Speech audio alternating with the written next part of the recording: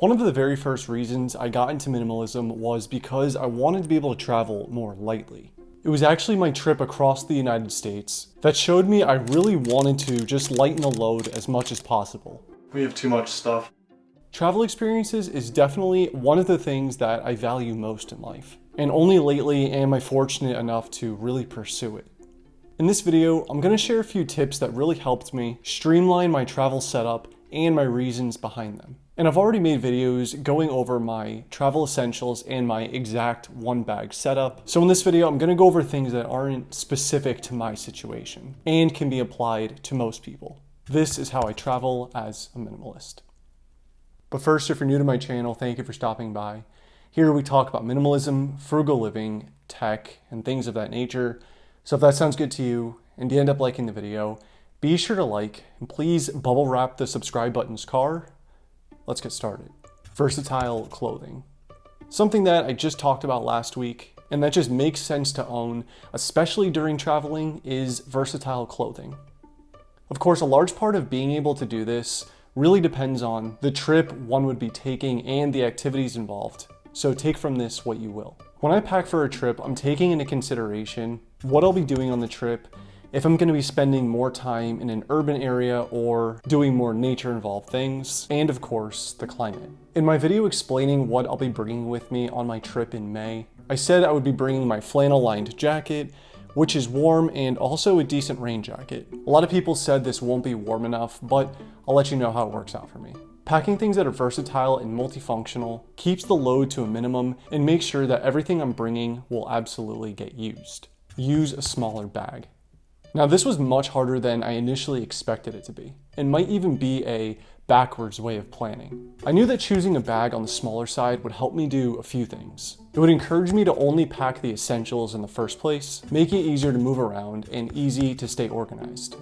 By choosing a smaller bag and working backwards from there, I really only have room to bring the essentials and not the things I might need. It makes it easier to maneuver public transit, making my way through an airport, and if I only have a carry-on for a flight, I'm not paying for any fees or waiting for my bag after I land. As far as forcing me to stay organized, with limited space, I'll need to be very organized to make the most of what I pack, and utilize every part of a smaller bag. This really helps me avoid losing items, and just makes it overall easier to find what I need. Overall, traveling with a smaller bag can help me save money, stay organized, and just makes me overall more flexible during my travels. Purchase experiences, not things. And this is something I try to live by whether I'm traveling or not. I'm obviously reducing my baggage by choosing experiences over items, but I also just feel like this is a much better way to immerse myself in wherever I am. Of course, I did bring candy home from Iceland for my family, but those were small and consumable. I think the memory of having some sort of unique experience on a trip will almost always be more worth it than an item that I brought back. And an experience is a lot easier to carry as a picture on your phone than more things in your bag. Don't bring non-essentials. And this should go without saying, but it needs to be mentioned. I usually have a very bad habit of bringing the things I think I might need, or things that I think I might want to use in a very specific scenario. But I learned that this is usually a waste of space and just flat out annoying to carry. A decision I almost always have to make when I'm traveling is sacrificing bringing some of my camera gear for less baggage. And I'm almost always glad that I left behind whatever I did. Packing only the essentials for me means the items that I need to get to and from my destination and that serve part of or all of the purpose of my trip. And not to mention, it just reduces my stress. Carrying a lot of stuff can be very stressful, especially when maneuvering an airport or other crowded areas. By packing only the essentials, I'm reducing the amount of stress I experience on my travels. Consider borrowing. And this is something I always seem to forget is an option just in life, let alone traveling. I live in Florida, so owning a heavy winter coat year-round just makes very little sense, especially if you're only spending about a week out of the year in that sort of climate.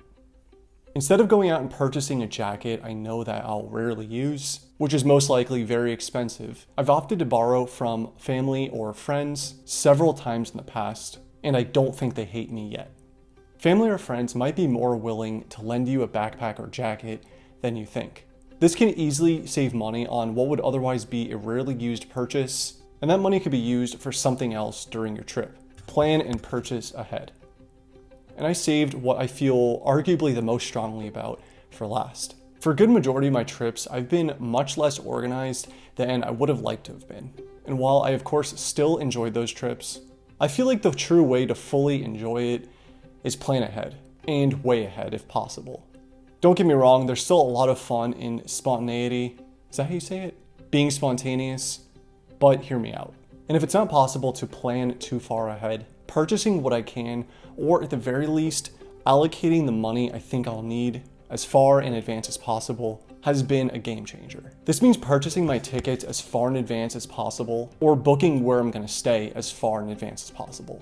And while I'm sure there's a lot more reasons to do this than I can even name, the main reason for me is that by the time my trip arrives, most of the big expenses were taken care of months ago. And ideally by that time, I've been able to make that money back. So while I've obviously spent the money on the trip, by the time it rolls around, I'm done sweating about it. Not to mention, planning things ahead gives me more time to take care of the things I have to, like giving work proper notice, planning an itinerary, and just making sure that I get the most out of my trip. It should go without saying there isn't a right or wrong way to travel, and there is a lot of beauty in not being so planned. But these were the things that I've learned in my few travels so far that have made a huge difference and helped me get the most out of whatever I'm doing. Anyways, I hope you got some value from this video, and I hope you could take a few things here and implement them into your next trip. As always, I appreciate the time you spent here, and I appreciate you watching.